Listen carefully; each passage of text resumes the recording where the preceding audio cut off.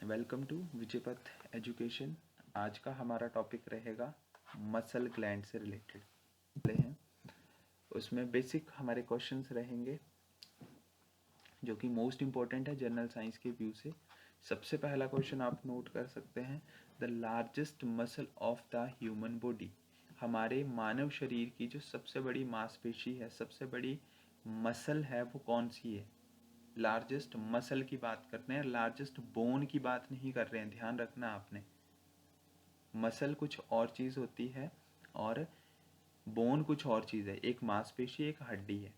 तो largest muscle of the human body जो है उसको बोलते हैं हम ग्लूटेस मैक्सिमस। इसको हिप मसल के नाम से भी जानते हैं, hip muscle. Most important question है ये। जो सबसे बड़ी और सबसे छोटी है तो आपको पता होना ही चाहिए। नेक्स्ट सेकंड पे आते हैं, ह्यूमन बॉडी की सबसे छोटी मसल कौन सी है? Smallest muscle of the human body. तो ये है आपके पास स्टिपिडियस। ये जहाँ पे कान होता है, हमारा कान की हड्डी के साथ ही कान की जो एयर बोन होती है उसके साथ में एक जो मसल है वो सबसे छोटी मसल होती है, सबसे smallest muscle of the human body. Next important question, सबसे सॉफ्टेस्ट मसल के नाम से हम किसको जानते हैं? तो सबसे सॉफ्टेस्ट मसल होता है यूटेरस ऑफ प्रेग्नेंट वुमेन। जब बच्चा 9 महीने के लिए अपनी मदर के पेट में होता है तो वो सबसे सॉफ्ट मसल में होता है, सबसे सॉफ्ट मसल में। अगर हल्का सा भी कहीं पे उस प्रेग्नेंट लेडी को अगर कोई पेट पे अगर लगता है तो कहीं ना कहीं पे वो सॉफ्ट मसल जो होती हैं वो वीक हो जाती हैं, तो कहीं ना कहीं पे वो इम्पैक्ट उस बच्चे को भी पड़ता है। तो याद रखना है, जो सबसे सॉफ्टेस्ट मसल होती है वो कौन सी होती है यूटेरस ऑफ प्रेग्नेंट वुमेन, जो गर्भाशय होता है, ठीक है, जिसमें जो बेबी है 9 मंथ तक जो है वो मदर के पेट में रहता है। नेक्स्ट लिखेंगे, ह्यूमन बॉडी में टोटल कितनी मसल्स होती हैं? What is the total number of muscle in human body? तो राइट आंसर आएगा 639 मसल। अगर टोटल बोन की बात करें तो टोटल जो हड्डियां होती हैं एक ह्यूमन न्यू बॉर्न बेबी में वो होती हैं 300।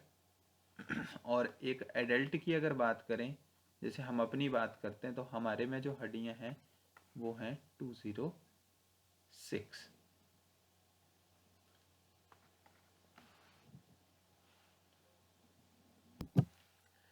नेक्स्ट क्वेश्चन है, the sex of children in the womb is funded by whose chromosome. यानी कि जो बच्चा है, जो न्यूबॉर्न बेबी होगा, जो भी बच्चा पैदा होगा, वो बॉय है या फिर गर्ल है? बॉय है या फिर वो गर्ल है, वो किसके ऊपर डिपेंड करता है? तो डिपेंड करता है फादर के क्रोमोसोम के ऊपर, फादर्स के क्रोमोसोम के ऊपर। देखिए इंपॉर्टेंट क्वेश्चन है ये। लास्ट ईयर भी इससे रिलेटेड एक क्वेश्चन जो था वो जेनेटिक्स से पूछा गया था। अगर मैं यहाँ पे थोड़ा सा इसके डिटेल में जाऊँ, वो डिटेल आपने नोट कर लेनी है।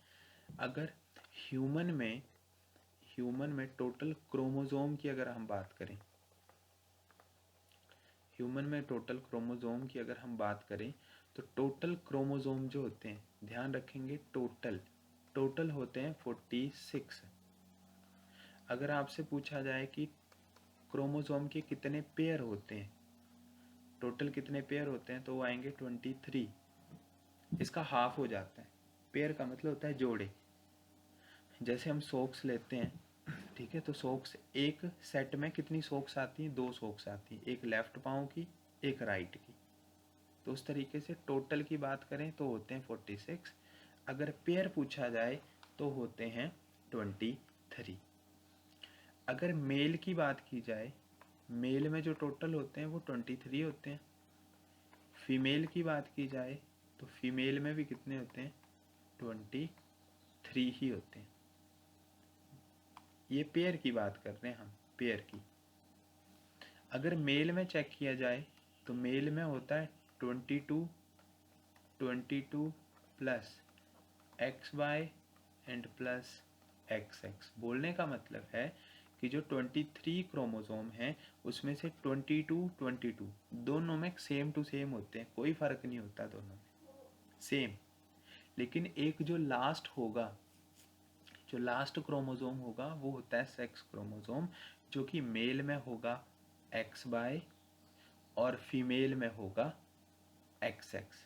मेल में है XY और फीमेल में है XX। तो फीमेल के पास सिर्फ सेम क्रोमोसोम है XX।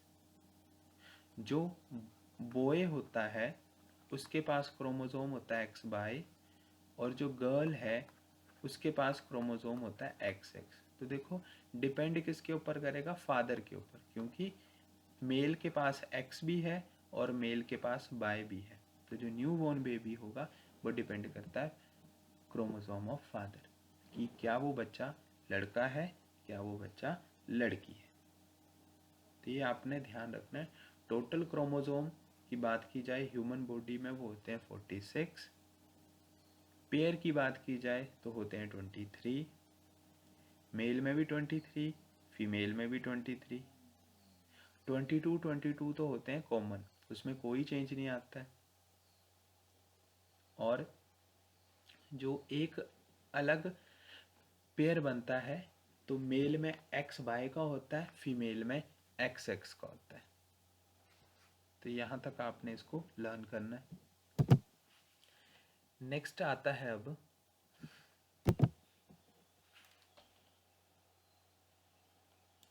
ये जो ग्लैंड है एंडोक्राइन ग्लैंड, ये कुछ ना कुछ रिलीज करती है, कुछ ना कुछ हार्मोन्स रिलीज करती है ताकि हमारे ब्लड प्रेशर को क्या करे, मेंटेन करे। थायराइड ग्लैंड जो है वो एंडोक्राइन ग्लैंड की सबसे लार्जेस्ट ग्लैंड है, जो कि हमें थायराइड की बीमारी होने से रोकती है। थायराइड से क्या होता है, पाँव में दर्द हो जाता है। ठीक है, तो यहाँ तक आप इसको नोट करेंगे।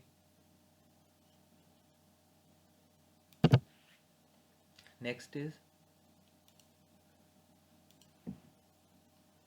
Most important, power house of the cell या power plant of the cell. आप इसको पावर हाउस करके भी लिख सकते हैं। पावर हाउस का मतलब होता है जो एनर्जी प्रोवाइड करे, किसको, सेल को। सेल जो है वो हमारी लाइफ की एक बेसिक यूनिट है, मतलब जो सबसे छोटा स्ट्रक्चर है हमारी ह्यूमन बॉडी का, सबसे छोटा पार्ट है वो है cell. Cell is the basic unit of our life. और जो पावर हाउस है सेल का, जो सेल को एनर्जी प्रोवाइड करवाता है, वो कौन है, वो है माइटोकॉन्ड्रिया। मोस्ट इंपॉर्टेंट क्वेश्चन है, वेरी वेरी इंपॉर्टेंट क्वेश्चन। एक मैंने इंपॉर्टेंट क्वेश्चन आपको यहाँ पे लिखवाया, ये वाला, which gland is known as master gland. और अब जो इंपॉर्टेंट क्वेश्चन है वो है आपके पास power house of the cell, that is mitochondria. Human body का सबसे लार्जेस्ट सेल कौन सा है, तो वो है नर्व सेल। ये मैंने आपको बताया भी है। नर्व सेल को ब्रेक करना, अगर एक बार वो ब्रेक हो जाए तो वो दोबारा प्रॉपरली नहीं जुड़ता है। अगर एक बार उसमें ब्लॉकेज या ब्रेकेज आ जाए, हाँ जी, उसमें जो है वो डिसऑर्डर क्रिएट होना स्टार्ट हो जाते हैं फिर। और नर्व सेल जो होता है वो भी कहाँ पे होता है, वो भी ब्रेन में होता है, ब्रेन में। नेक्स्ट स्मॉलेस्ट सेल की बात करते हैं। स्मॉलेस्ट लार्जेस्ट इंपॉर्टेंट क्वेश्चन बन जाते हैं। स्मॉलेस्ट सेल जो है वो है माइकोप्लाज्मा। माइकोप्लाज्मा सबसे स्मॉलेस्ट सेल है, सबसे लार्जेस्ट है नर्व सेल, सबसे स्मॉलेस्ट है माइकोप्लाज्मा। नेक्स्ट आता है ह्यूमन बॉडी में जो स्लेवरी ग्लैंड्स होती हैं वो किस चीज़ से रिलेटेड है, तो वो रिलेटेड हैं डाइजेस्टिव सिस्टम से। डाइजेशन का मतलब, डाइजेस्टिव सिस्टम का मतलब जो हमारे खाने को पचाने का काम करते हैं, उनको डाइजेस्ट करने का काम करते हैं। हम जो भी खाना खाते हैं उसको वो डाइजेस्ट करते हैं। जैसे हमारा सलाइवा है, ठीक है, हम जब खाना खाते हैं तो सलाइवा का काम क्या है? फूड को गीला करना, सॉफ्ट करना, ताकि वो फूड हमारी फूड पाइप के थ्रू धीरे धीरे हमारे स्टमक तक जा सके। अगर बिल्कुल सूखा खाना अगर हम खाएं तो उससे क्या होता है, वो जो फूड पाइप है कई बार ब्लॉक हो जाती है, खाना नीचे नहीं जाता है। तो उसको गीला करने का काम किसका है? वो है सलाइवा का, जो कि डाइजेस्टिव सिस्टम में हेल्प करता है। नेक्स्ट आता है which is the longest when in the human body. Human body की सबसे लंबी नस कौन सी होती है? वेंस, वो है sciatic. Sciatic.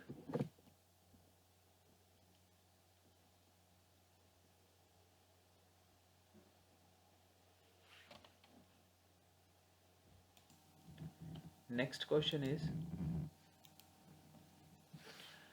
which is the largest longest tissue in human body? Sorry, which is the longest tissue in human body? तो सबसे longest जो टिश्यू होता है वो ये नर्व सेल का जो टिश्यू होता है वो सबसे longest होता है। ये ब्रेन की हमने बात की थी तो वहाँ पे है ये, ठीक है, ऑलरेडी हम पढ़ चुके हैं। How many tissues are there in human body? तो सेल्स के कॉम्बिनेशन से जो वो टिश्यू बन जाता है। मल्टीपल टाइप्स ऑफ सेल को जब आप मिक्स करते हैं तो वो एक टिश्यू बन जाता है। ह्यूमन बॉडी में अप्रॉक्सीमेटली जो टिश्यूज होते हैं वो होते हैं 75 टिश्यू। टोटल 75 टिश्यूज होते हैं। नेक्स्ट, जो नर्व टिश्यू है ह्यूमन बॉडी का सबसे लॉन्गेस्ट टिश्यू हम जिसको जानते हैं वो किसका बना होता है? वो बना होता है न्यूरॉन्स का। न्यूरॉन्स आपने नोट करना बस, न्यूरॉन्स। ह्यूमन बॉडी का जो सबसे लॉन्गेस्ट टिश्यू है वो किसका बना होता है? न्यूरॉन्स का बना होता है। आपने न्यूरॉन्स इसमें नोट करना है। नेक्स्ट, लॉन्गेस्ट सेल कौन सा होता है? लॉन्गेस्ट सेल ह्यूमन बॉडी का सबसे लॉन्गेस्ट सेल कौन सा है? वो है नर्व सेल। लॉन्गेस्ट टिश्यू भी है, ये रिपीटेड क्वेश्चन है आपका। लॉन्गेस्ट सेल भी नर्व सेल को ही हम बोलते हैं। बस इसमें सिर्फ एक ही प्रॉब्लम आती है कि अगर आपका सेल वीक हो गया या फिर उसमें कोई इम्पैक्ट आ गया तो इसका मतलब कोई ना कोई डिसऑर्डर क्रिएट होना स्टार्ट हो जाते हैं।